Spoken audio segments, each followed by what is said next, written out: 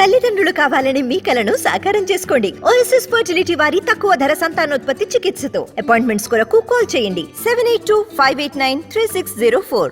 ఎంత పెద్ద హీరో అయినా రిలీజ్ల విషయంలో జాగ్రత్తగా ఉండాలి. మినిమం గ్యాప్ మెయింటైన్ చేయాలి. అప్పుడే క్రేజ్ ఉంటుంది.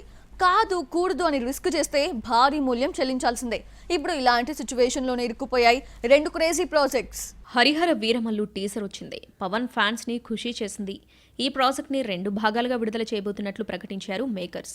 వీరమల్లు నుంచి క్రిష్ తప్పుకోవడంతో జ్యోతి కృష్ణ ఆపద్ధర్మ దర్శకుడయ్యారు. ఇంతవరకు ఓకే.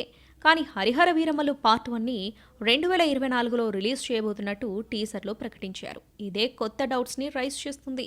కేవలం 3 నెలల గ్యాప్లో OG Harihara Veeramallu projects release అవ్వడం దాదాపు అసాధ్యం. బిజినెస్ కోణంలో చూస్తే ఇదంతా సేఫ్ కూడా కాదు. మరి మేకర్స్ ఎందుకు ఇలా చేశారనేది హాట్ టాపిక్ గా మారింది. పవన్ తో ఓజీ మూవీ చేస్తున్నాడు సుజిత్. ఇప్పటికే 70% షూటింగ్ కూడా పూర్తి చేశాడు. పవన్ నెల రోజుల కాల్ షీట్స్ కేటాయిస్తే టోటల్ ప్రాజెక్టు ఫినిష్ అవుతుంది. కానీ పవన్ ఎమ్మెల్యేగా నెగ్గితే మేకప్ వేసుకోవడానికి కొంచెం టైం పడుతుంది. ఎంత లేదన్నా 2 నెలల పైగానే వదిలేయాల్సి ఉంటుంది. అదే జరిగితే ఓజీ టార్గెట్ రీచ్ అవ్వడం కష్టం. అప్పుడు Harihara Veeramallu first part balance ని వేగంగా పూర్తి చేసి డిసెంబర్లో రిలీజ్ చేయడం వల్ల రిస్క్ తగ్గించుకోవచ్చు.